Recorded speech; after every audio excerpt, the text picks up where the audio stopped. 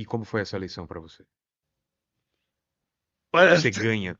É, é, você sabe é que, meio um círculo se fechando? É uma. você sabe que chegou um momento em que eu pensei em deixar de ser candidato, É senão, mesmo? Ah, não é para senão eu mim. sou o campeão da derrota. Lulinha perde, Entendi. né? Nunca gera o Lulinha ganha. Aí, E o pessoal insistindo. aí Mais uma. você veja uma coisa, como é difícil.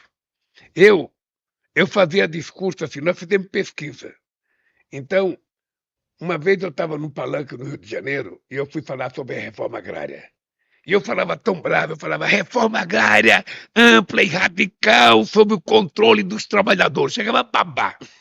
Aí quando eu desço do palanque, uma senhora de cabelo branco fala assim para mim, Lula, eu gosto tanto de você, mas você me assusta quando você fala muito bravo. Ah, você tinha uma imagem muito Você me agressiva. assusta, você fala a mesma coisa, mas calmo. Aí, aí, e Eu ia aí, falar a mesma coisa, mais calmo, e sem aí, babar. e aí nós fizemos uma pesquisa se o povo queria reforma agrária ampla e radical sobre o controle dos trabalhadores, ele queria reforma agrária tranquila e pacífica. E aí? 90% queria tranquila e pacífica. Então, E para mim mudar o discurso, foi daí que veio o para mim termo colocar dentro da minha Foi, boca a foi daí que palavra. veio o Lulinha Paz e Amor, que o pessoal falou? Para mim colocar na minha boca a palavra tranquila e pacífica não Não era. cabia. Ficava estranho. Mas aí eu coloquei. Sabe? Então, E fez diferença. então na verdade, essa eleição de 2002, você sabe, ô Vilera, quando você vai pôr em campanha sabendo que você vai ganhar, Ah, é? eu nunca tive medo Dúvida. daquela eleição. É mesmo? Eu tinha quase como se fosse uma ordem de Deus. É a tua vez, cara. Quando eu não ganhei no primeiro turno, todo mundo ficou nervoso. Com o segundo turno, eu falava: Calma. fique tranquilo que a gente vai ganhar. Não há como eu perder, essa eleição é minha. Sabe? E fomos para o debate com o Serra, muito respeitoso, um debate em alto nível, sabe? E eu ganhei as eleições, E como você encontra o país? sabe? E eu encontro o país numa situação difícil, mas muito melhor do que eu recebi do Bolsonaro. Muito É. melhor, Vamos falar dessa época, então, sabe? comparar Muito depois melhor, com como que sabe? estava o Brasil. Então, o Brasil estava com a inflação crescendo, o Brasil tinha uma dívida de 30 bilhões de dólares no FMI. Você vê que o Malan não era respeitado no FMI, ninguém recebia o Malan. Falam que era uma To- dívida impagável. todo ano vinha dois membros do FMI no Brasil, sabe, fiscalizar as Fazer um contas monte de exigência. brasileiras, É, eu lembro. sabe? E quando eu cheguei lá, eu cheguei com um compromisso. Eu falei, eu vou acabar com esse negócio, com o FMI. Como? Sabe? Chamei o FMI e falei o seguinte: olha, eu sou filho de uma mulher analfabeta que me ensinou que a gente só pode gastar aquilo que a gente tem. E eu vou pagar vocês porque eu não quero ficar devendo para vocês. E o cara, não, Lula, não precisa, não precisa. Então eu falei, nós vamos pagar. O que aconteceu em 2005? Eu paguei o FMI 30 bilhões. Em 2008, emprestei 15 bilhões para eles e fiz uma reserva de 270 bilhões, que hoje está 370 Te bilhões. chateia quando o pessoal fala que você teve sorte porque foi Eu surfou nas acho commodities e maravilhoso. tal. Eu, se for contratar um jogador, um goleiro, eu vou perguntar: esse cara tem sorte ou não? Se ele for Se não azarado, tiver sorte, deixa para o a adversário. sorte faz parte. É O isso? problema é o seguinte, cara, sabe? Tudo que eu faço, o Pedro Lula tem sorte. Se eu ouvir Só sempre. pra você saber uma coisa, Vilela, pra você saber uma coisa. Você sabe que eu saí da presidência em 2010. Certo. O país estava crescendo 7,5% ao ano. 7,5% ao ano. Depois que eu deixei a presidência, Foi para quanto? o partido, em 2011, caiu para 3, já com a companheira Dilma. Em 2012, caiu para 2. Em 2013, caiu para 1. Caramba. Ou seja, ele só voltou a crescer acima de 3% quando eu votei em 2003, Sorte. em 2023. Então o Brasil precisa de alguém que tenha sorte, gente. Porra, azar chega, vai pros outros. Vai pra Copa junto com a seleção, Vai pra então. Copa. Então eu tenho uma coisa que é o seguinte: eu tenho uma tese, Vilela, que nunca um economista falou para mim, Ah, que é a minha vida. Sabe? Pouco dinheiro na mão de muitos é riqueza de todos.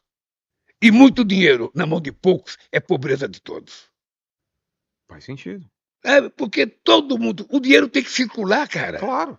O dinheiro se você tiver R$ 1.000, você der para um cara só, ele vai colocar no banco. Mas se você tiver R$ 1.000 e der para 100 pessoas, cada um pegar R$ 10, vai para o comprar. comércio. É, O dinheiro circula. exato. Aquilo gera um emprego, vende um pão a mais, um cafezinho, uma cerveja. Essa é a lógica que a elite brasileira não quer compreender, cara. O dinheiro tem que circular. E é isso esse é o milagre meu. Mas você encontrou que resistência nesse primeiro governo ou foi Não, mais fácil? é resistência, porque você tem uma máquina. Então, é isso que eu não entendo. Todo mundo que entra fala dessa máquina, do sistema, que é difícil. Isso, como que briga Não, com o esse sistema é sistema? difícil. Então, O sistema é porque ele difícil. tá lá desde sempre. O sistema é difícil. O sistema, você tem um sistema que são os cargos de Estado de carreira. É. São pessoas que não dependem do governo. Então, São pessoas concursadas que estão lá de alto nível, na Receita Federal, na Fazenda, é. sabe, no Itamaraty, na Justiça, no Poder Judiciário. Sabe? São gente que não depende do governo. Então, chega o presidente gritando. O cara ouve e fala, tá, Sabe, eu vou fazer. daqui 4 anos tem outro. É. Aí o cara que está na máquina, o cara fala, esse babaca acha que vai falar É. grosso comigo? Daqui 4 anos ele está E embora. aí tem outro. Eu já estou há 30 aqui, vou Exato. ficar mais 20. Exato. Então, essa é uma coisa que a gente fala que tem que mudar. E você muda com paciência. Você muda discutindo com as pessoas. Claro, democraticamente. Sabe? Muda discutindo. Eu brigo muito, cara. Eu brigo muito, porque a máquina pública ela tem um manual. Sabe? Todo mundo tem medo de ser denunciado de corrupção.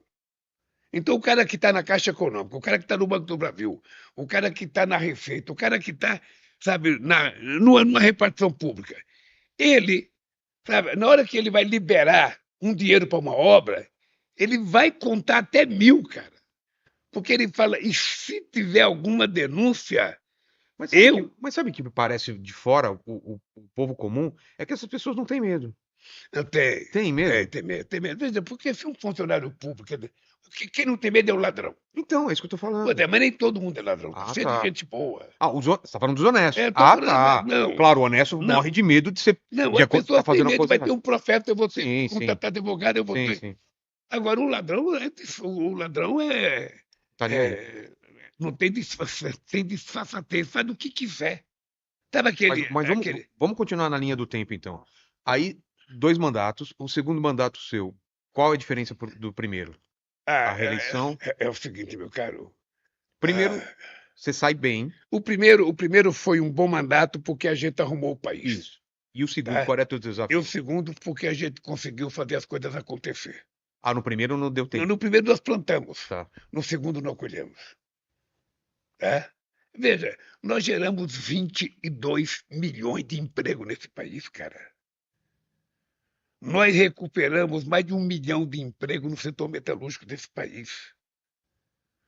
Nós fizemos, só no meu mandato de 8 anos, nós assentamos 59% de toda a terra brasileira disponibilizada para a reforma agrária foi feita nos meus 8 anos de governo. Mas e toda essa esperança, toda essa ascendência, o que aconteceu que o Brasil começou a dar errado ou a cair depois, mesmo com o governo do PT? Pois é, deixa eu dizer por que começou a cair. Eu acho que você teve a crise de 2008.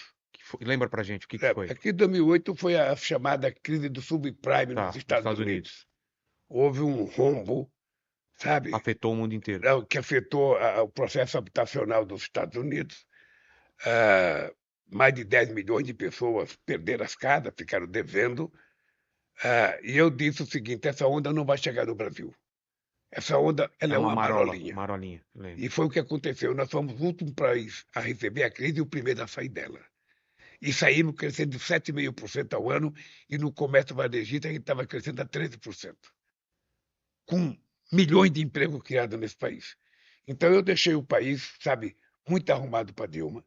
E o que acontece? Não, o que aconteceu é que a economia mundial ela foi se desfazendo. E o Brasil não está fora disso. O Brasil está, sabe, nesse rolo. Eu não sei. Eu falo porque países como China, como Índia, conseguiram achar um caminho. Por que o Brasil não conseguiu achar esse O caminho? Brasil achou o caminho. Você acha? Acho. O Brasil é que o Brasil, depois que eu saí, depois do impeachment da Dilma, deu uma recaída. que aconteceu depois do impeachment? Ou seja, veio o Temer e veio o Bolsonaro. Só isso já é uma desgraça. Mas economicamente? Economicamente, ou seja, você parou os investimentos. Você criou teto de gasto. Você foi criando empecilho, porque no país o grande problema é que tudo é feito em função da necessidade do mercado. O mercado começa o ano falando, não, sabe, é preciso que tenha um ajuste fiscal, é preciso que não gaste mais, sabe? E você precisa gastar dinheiro para você melhorar as coisas. Você não faz educação com discurso, você não faz saúde com discurso, você não faz desenvolvimento com discurso, você faz com dinheiro. E não tem nenhum problema você fazer uma dívida se você vai construir um ativo novo. Uma coisa, Vilela, é você, famoso do jeito que você está, sabe? Pegar, achar que você vai ser o dono de um poder como, Absurdo. sabe? Sei. Vamos pegar a Rede Globo de televisão. Tá. E você, sabe, fazer uma dívida Pensando nesse pensando tamanho. nisso. E não- você não e não é. consegue, aí você vai se quebrar. Mas se você está crescendo e você vai medindo o seu tamanho, e todo ano você fala, eu vou fazer uma dívidazinha porque eu vou crescer mais 2%, mais 3%, uma dívida que eu possa pagar, você vai embora, cara. Então, nesse país, quando você faz uma dívida para construir uma estrada, você não está fazendo uma dívida à toa, você está aumentando o ativo desse país. Quando você faz um porto, você está aumentando um ativo desse país. Quando você faz um aeroporto, você está aumentando. Essa é uma dívida boa que você tem que fazer. Essa é uma dívida boa. E quando o que você não pode é gastar muito dinheiro em custeio para pagar, sabe, salário. Você tem que ter um certo controle, porque senão não sobra dinheiro para você fazer investimento.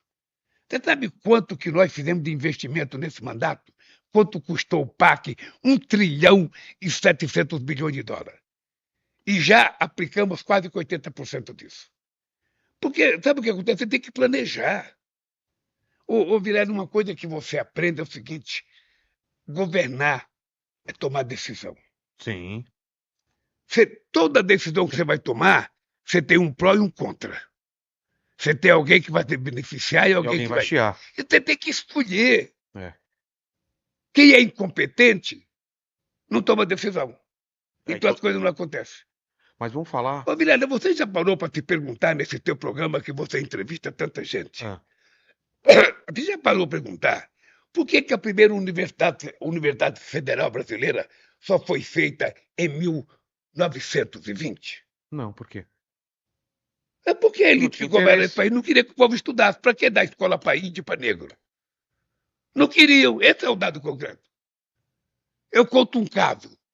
Cristóvão Colombo chegou em Santo Domingo em 1492. Certo.